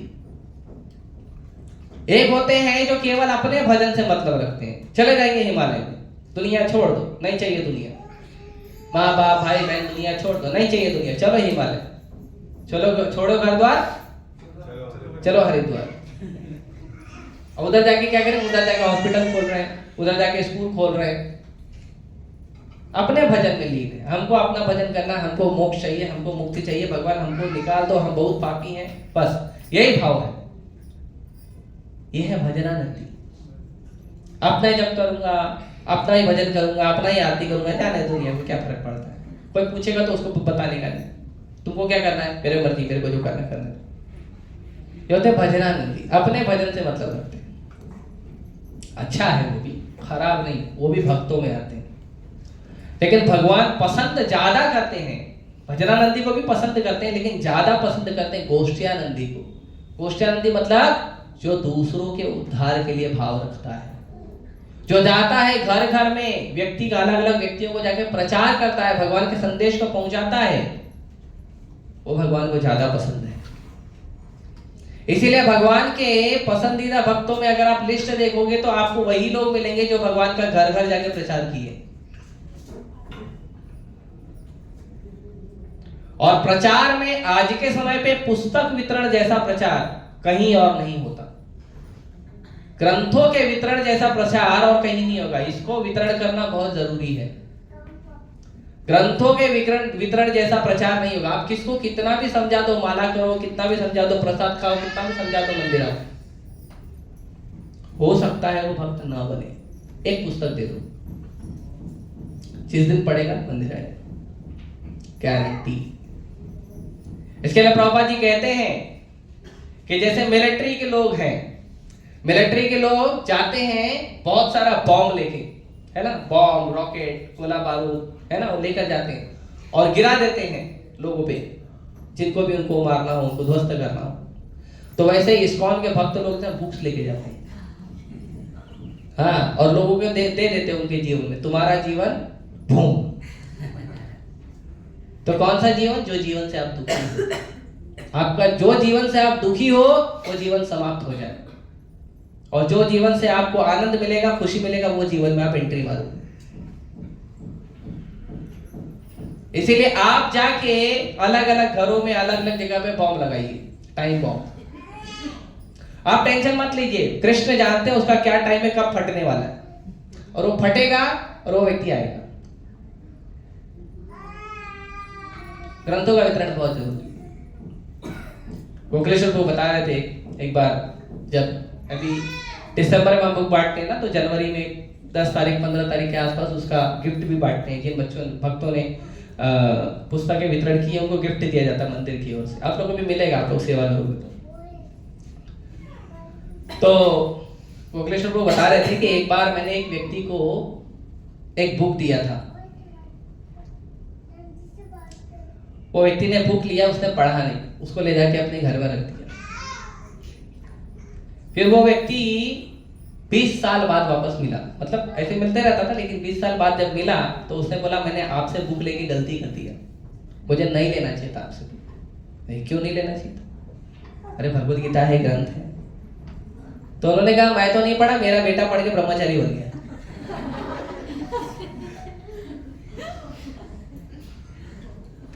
तो आप चिंता मत करिए, आप ये मत सोचिए कि हम ग्रंथों को नहीं पढ़ेंगे, हम ग्रंथों को बांटेंगे तो लोग नहीं पढ़ते। नहीं, पढ़ते हैं।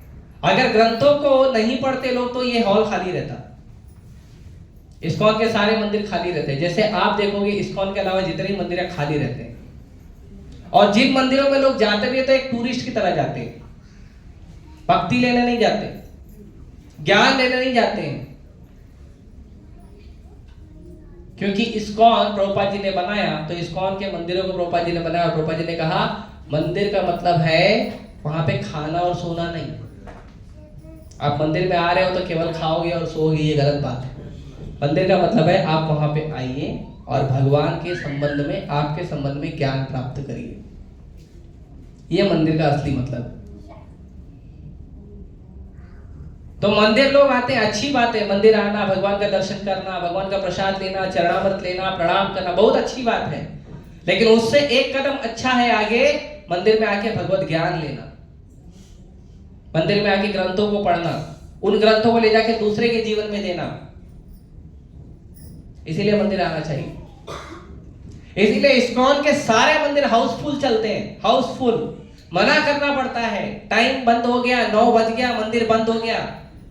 आपको जिसको टेस्ट करना है ना, आप चले जाना गेट पर, आप देख लेना 9 बजेगा ना, कम से कम 15-20 लोग खड़े रहेंगे। नहीं, हमको दर्शन करना है। वो सिक्योरिटी मना करते हैं, रोज इसका काम वही है, रोज मना करता है। अभी बंद हो गया। हाँ, बंद हो गया ना फिर? नहीं, अभी कैसे बंद हो गया? क्या बात है? मैं उधर मतलब खाली था, आगे खाली था और नहीं, अभी खुला है, समझ बोल। तो पूरा हाउसफुल चलता है। क्यों? क्योंकि यहाँ पे भगवान के संबंध में ज्ञान दिया जाता है। यहाँ ग्रंथ हैं, जिन ग्रंथों के कारण लोगों को ज्ञान दिया जाता है, उनके संबंध में, भगवान के संबंध में। इसीलिए ये बहुत महत्वपूर्ण है। और प्रभुपाद जी ने यहां तक कहा है कि अगर मंदिर नहीं रहेंगे, भक्त नहीं रहेंगे, तो भी कोई बात नहीं, अगर मेरी पुस्तकें रहेंगी तो प्रचार चलते रहेगा। इतनी शक्तिशाली पुस्तकें हैं। प्रभुपाद जी जब विदेश में थे तो उन्होंने शुरुआत लोगों को कीर्तन देके किया, प्रसाद देके किया, लेकिन उसके भी पहले प्रभुपाद जी ने शुरुआत किया पुस्तक वितरण से।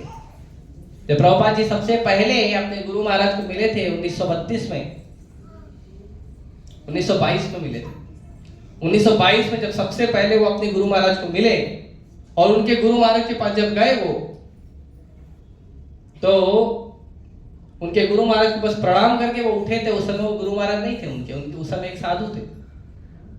बाद में 1932 में उन्होंने दीक्षा ली अपने गुरु महाराज भक्ति सिद्धांत सरस्वती ठाकुर महाराज। तो उस समय वो केवल प्रणाम करके उठे थे। भक्ति सिद्धांत महाराज ने कहा तुम पढ़े लिखे भक्त हो, चैतन्य महाप्रभु की शिक्षाओं को ले जाओ, अंग्रेजी भाषा में प्रचार करो। उसी समय इंस्ट्रक्शन दे दिए। इसीलिए इस्कॉन की जो पुस्तकें हैं शुरुआत अंग्रेजी से हुई और पूरे संसार में इसका वितरण किया गया है अलग अलग भाषाओं में, अंग्रेजी, हिंदी, उड़िया, तमिल, तेलुगु, मराठी, गुजराती, 80 से ज्यादा भाषाओं में आपको वैदिक ग्रंथ मिलेंगे। Bhagavad Gita, Bhagavatam, Chaitanya Charitamrita, nectar of devotion, nectar of instruction, बहुत सारे ग्रंथ हैं। ये सारे 80 से ज्यादा भाषाओं में इनका अनुवाद किया गया है और ये रिकॉर्ड है पूरे संसार में, ऐसा कभी नहीं हुआ था।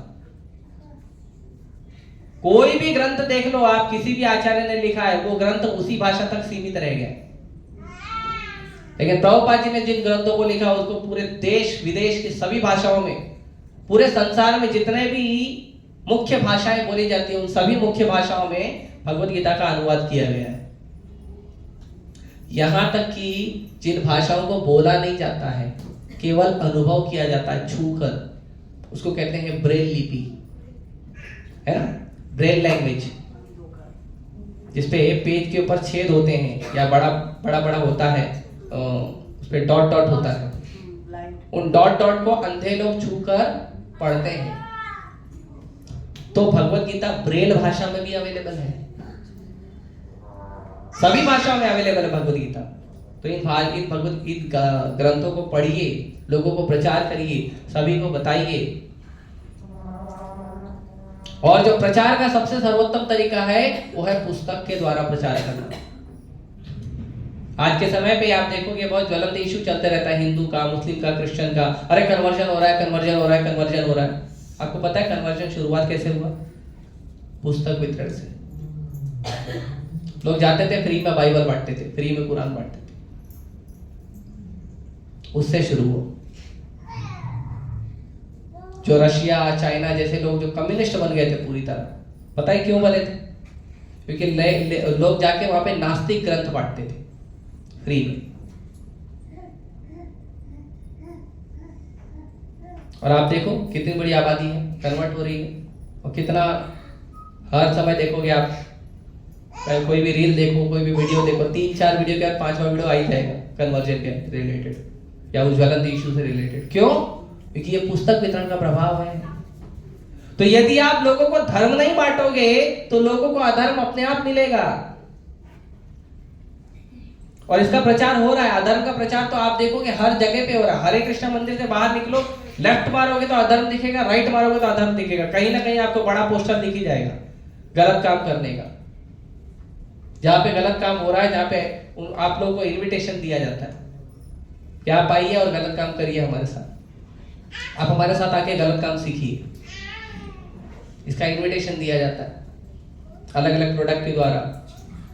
तो यदि हम प्रचार नहीं करेंगे तो जो अधर्म करने वाले लोग हैं, जो नास्तिक लोग हैं, उसको फायदा उठाएंगे। भक्ति सिद्धांत महाराज को एक बार उनके शिष्य जाके बोले कि महाराज हम जहां भी जाते हैं लोग स्वीकार नहीं करते हैं, हमें लोग भगवत ज्ञान को स्वीकार नहीं करते, बड़ी दुख की परिस्थिति है। तो भक्ति सिद्धांत महाराज ने बोला ये गलती हमारी है, क्योंकि हम जाके प्रचार नहीं करते।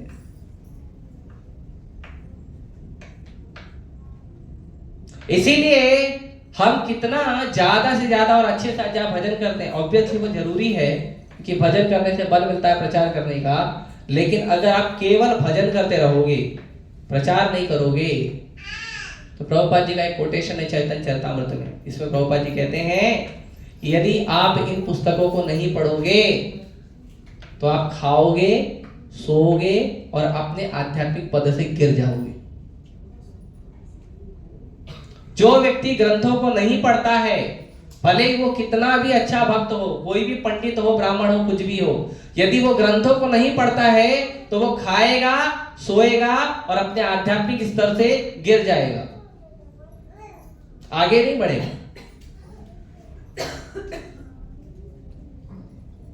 इसीलिए ग्रंथों को पढ़ना बहुत जरूरी है। आप ये मत बोलिए कि हमें समय नहीं मिलता, समय निकालिए, महत्वपूर्ण काम के लिए समय निकालिए, अपने जीवन को अच्छा बनाने के लिए समय निकालिए, दूसरे को अच्छा जीवन देने के लिए समय निकालिए, तब जाके हम अच्छे भक्त बनेंगे, तब जाके हम कृष्ण को प्रिय होंगे। इसीलिए प्रभुपाद जी समाधि के बारे में कहते हैं।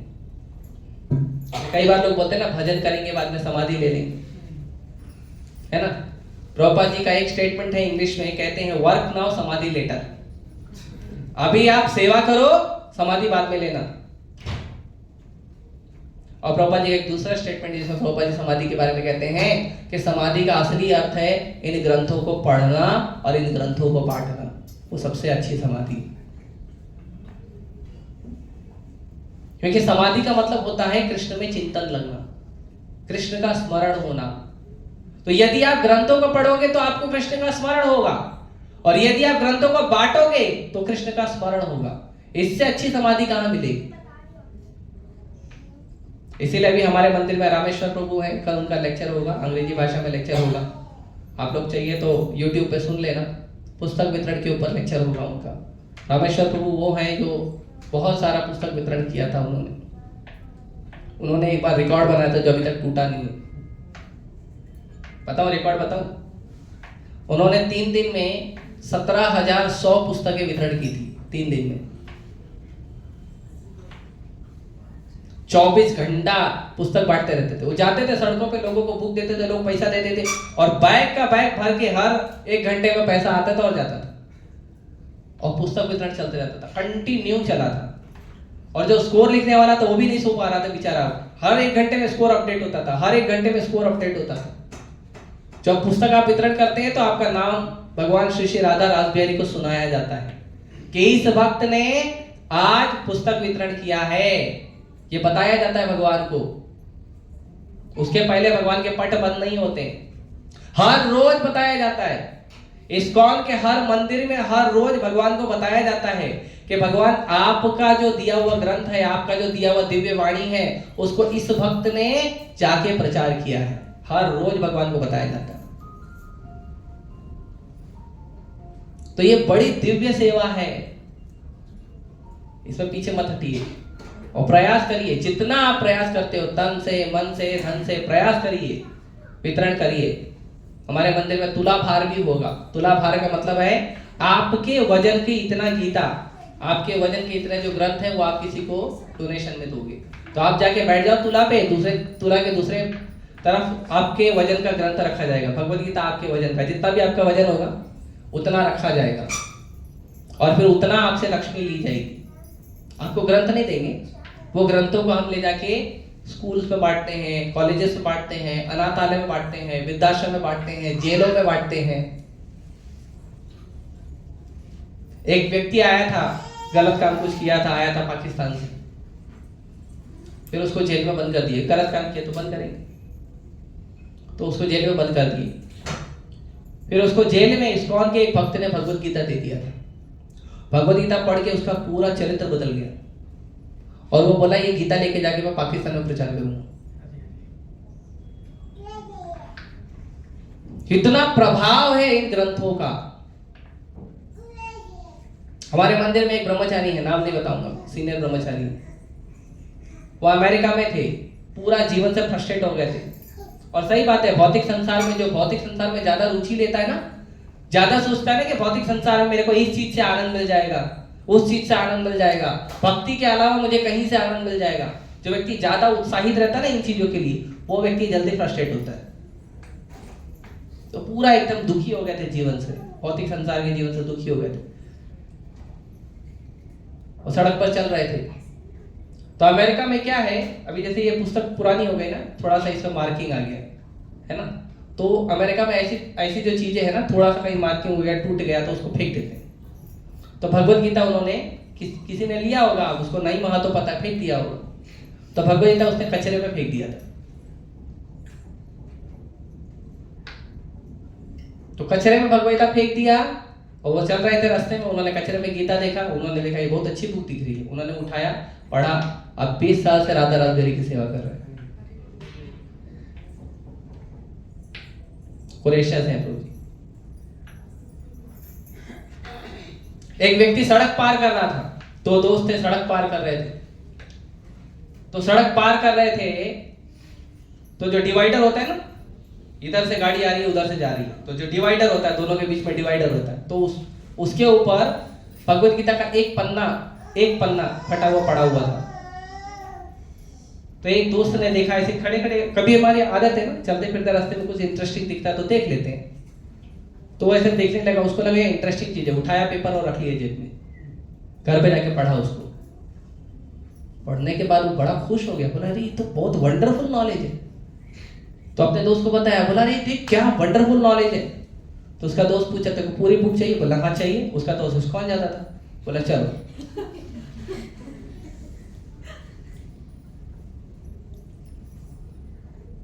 और पुस्तक वितरण हो गया। एक माता जी थी जो पुस्तक वितरण कर रहे थे मेट्रो में, भारत के नहीं विदेश के। तो मेट्रो में पुस्तक वितरण कर रही थी वो। तो एक अभी कभी कभी भक्त लोग ना प्रेम से लोगों को थोड़ा पुश करते हैं, ले लीजिए आपके भले के लिए, आपके फायदे के लिए, बोलते हैं थोड़ा 2-4 शब्द। तो कुछ लोग चिड़चिड़े होते हैं, वो गुस्सा कर देते हैं। तो एक आदमी को वो दे रही थी, वो आदमी बड़ा गुस्सा हो गया। उसके हाथ में कृष्णा बुक थी माता जी की। वो आदमी ने कृष्णा बुक लिया, जमीन पे पटका, उसको पैर से रगड़ दिया और माता जी को जोर से धक्का मारा, वो सीधा बाहर और दरवाजा बंद हो गया। फिर वो बोला अभी क्या है, भारत में तो आप कचरा कर दोगे चलेगा, विदेश में करो तो उधर चलता नहीं है, आपने किया तो आपको ही साफ करना पड़ेगा।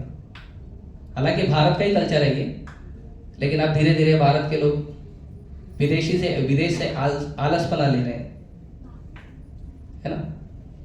खाना खा के थाली छोड़ देना, गिलास पानी पी के गिलास छोड़ देना, धीरे धीरे लोगों में आदत आ रही है। खासकर यूथ में बहुत आदत है। यूथ जो एक्स्ट्रा इंटेलिजेंट, एक्स्ट्रा शार्प है, वो आलसी है। बताओ। तो फिर वो बोला ये तो गड़बड़ हो जाएगा, लोग देखेंगे। अब लोगों ने देखा ही, तो फिर उन्होंने क्या किया, वो जो कृष्णा बुक था उसको उठाया, झोले में डाल दिया। शराब पिया था, घर पे गया और फिर उसने ऐसा झोला फेंक दिया, गया जाके सो गया।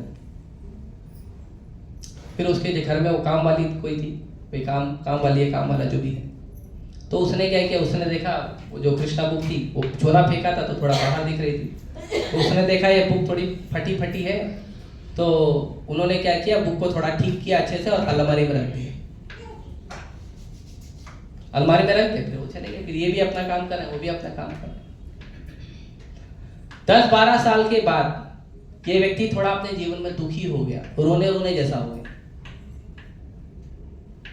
तो जब दुखी हो गया, तो व्यक्ति जब दुख में होता है तो थोड़ा ज्ञान ढूंढता है, कोई तो थोड़ा समझाए, कोई तो कुछ बोले, नहीं कोई बोले तो कम से कम कोई बुक तो मिले जहां से अच्छा ज्ञान मिले, थोड़ा मन को शांति मिले। तो ढूंढने लगा, तो उसने देखा ये नया बुक दिख रहा है, उसने निकाला, उसको पढ़ा। पढ़ने के बाद उसको बड़ा दुख हुआ कि मैंने जिसने मेरे को ये बुक दिया उसको मैंने मारा था। तो व्यक्ति फिर पीछे घुमा और पीछे देखा एड्रेस लिखा है, तो हमारे न्यूयॉर्क के इस्कॉन मंदिर में आया और आके वो उस माता जी को ढूंढ रहा था जिस माता जी ने दिया था। फिर वो माता जी को मिला तो माता जी को प्रणाम किया, माता जी से क्षमा मांगा, बोला मैं भक्त बनना चाहता हूँ, कृपा करके मुझे भक्त बनाने का प्रोसेस बताइए। उस समय माता जी का हाथ भी टूट गया था, लेकिन माता जी ने बोला कोई बात नहीं, खुश रहो, भक्त बन गया। मुंबई का एक केस है, एक माता जी थी, वो सुसाइड करने जा रही थी। ऐसे कई सारे सुसाइड के केस है कि सुसाइड करने जा रहा था, गीता मिल गई, अब जीवन जी रहा है, मतलब दूसरा जीवन मिला। वो सुसाइड करने जा रही थी और भक्त लोग उसी बिल्डिंग में पहुंच गए। भक्तों का नहीं मानता हो तो ऐसे पुस्तक वितरण करने गए थे, वो पहुंच गए और सबका दरवाजा ठोक के बोल रहे हैं हरे कृष्णा करके दरवाजा ठोकते हैं। तो जो खुलता उससे बात करते हैं, नहीं खुलता चले जाते हैं। तो दरवाजा ठोकने लगे तो माता जी अंदर से जोर से चिल्लाई, कौन है? बोला हम हरे कृष्णा वाले। नहीं कुछ नहीं, जाओ। तो भक्त को लगा शायद ज्यादा दुखी है, तो और ठोका। तो माता जी अंदर से जोर से चिल्लाई, जाओ इधर से, मैं मरने जा रही हूँ। तो अभी जनरल, तो ये तो जनरल वर्ड है ना, किसी को भगाना हो तो ये जा इधर से, मरने जा रहा हूँ। तो भक्त बोला, सच में मरने जा रही हूँ क्या? नहीं। तो बोला, अगर मरने जा रही तो गीता पढ़ के मरे, है ना। तो भक्त क्या किया, फिर थोड़ा टाइम बाद ठोकने लग गया। उसको बहुत गुस्सा आया, वो रस्सी ऐसा बांध के रखी थी, वो आई गुस्से में दरवाजा खोला, क्या है, क्यों ठोक रहे हो? बोली ना मरने जा रही हूँ। तो भक्त बोला, ठीक है मरने जा रहे हो, मर जाओ, कौन बोला आपको नहीं मरने के लिए, मरी, लेकिन आप ये गीता को थोड़ा पढ़ने के बाद मरिए, अच्छा लगेगा, है ना। भक्त लोग प्रचार ऐसा करते हैं बड़े प्रेम से। तो माता जी थोड़ा अच्छा लगा, लॉजिकल लगा उसको, ठीक है मरना ही जा रहा, थोड़ा गीता ही पढ़ लो तो क्या नुकसान है। तो ले लिया बुक, उसने पैसा दिया, बुक ले लिया, जाके उसको पढ़ा, पढ़ते गई पढ़ते गई पढ़ते गई, बहुत अच्छा लगा। अभी वो भक्त है, वो माता जी के भक्त है। बहुत धन्यवाद दिया उन्होंने उस भक्तों को जो पुस्तक वितरण करने आए थे। तो इन पुस्तकों में इतनी शक्ति है कि किसी भी व्यक्ति के जो नकारात्मक जीवन है, उस नकारात्मक जीवन से उसको बाहर निकाल के दिव्य आनंद दे सकता है।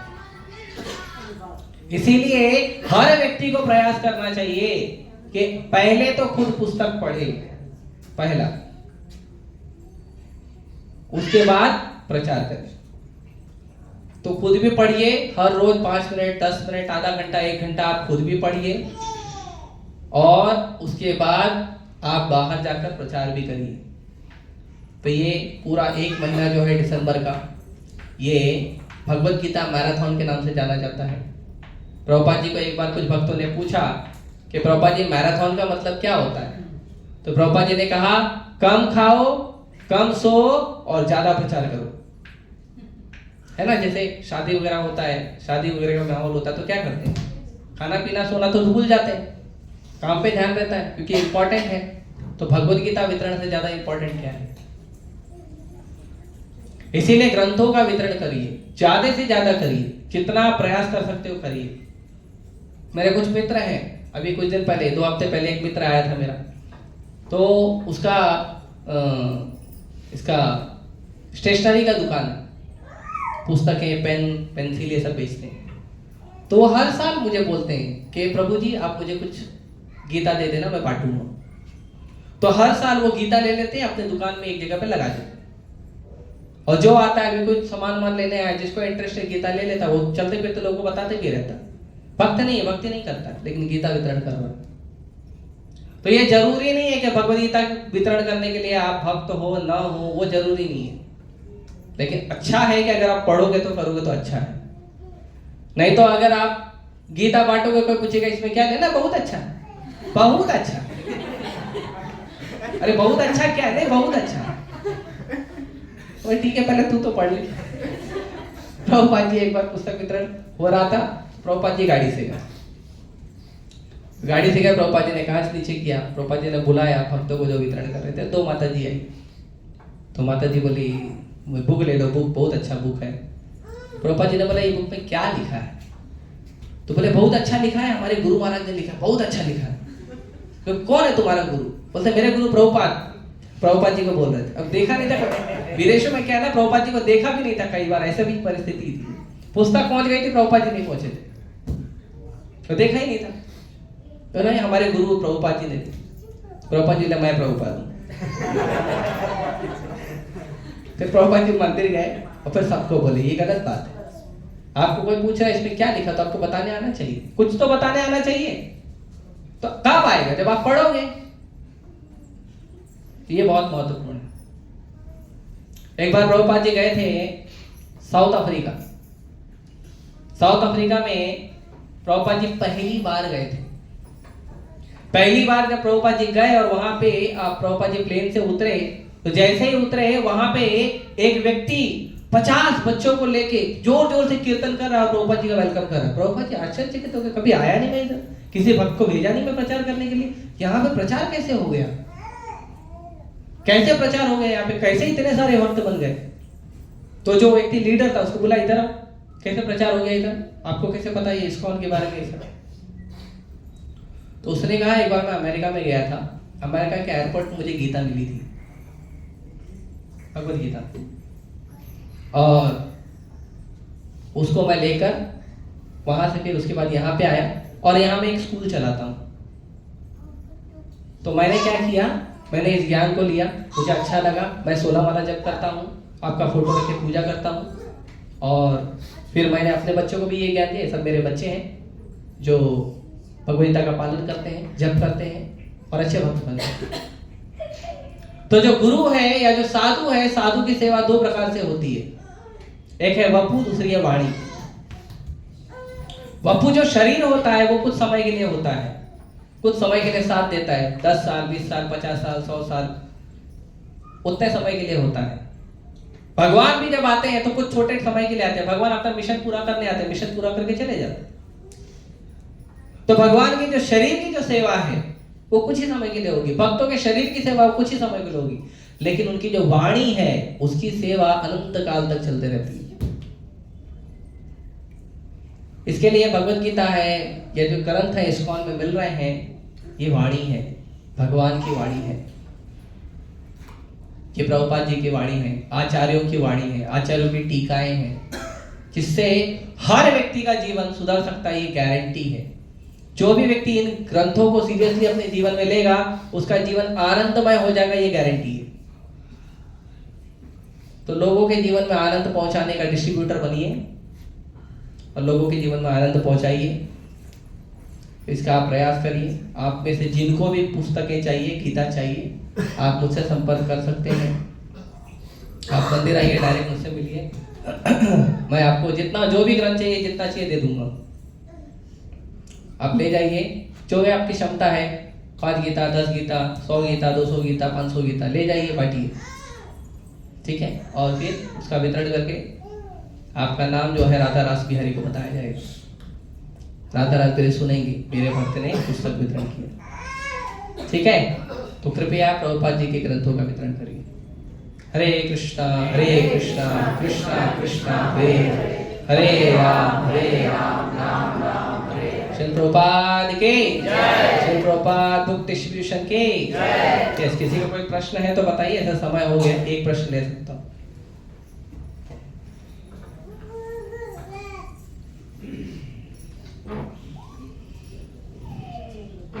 ठीक है, बहुत बहुत धन्यवाद। हरे कृष्णा कृष्णा कृष्णा हरे हरे, हरे राम राम राम हरे हरे।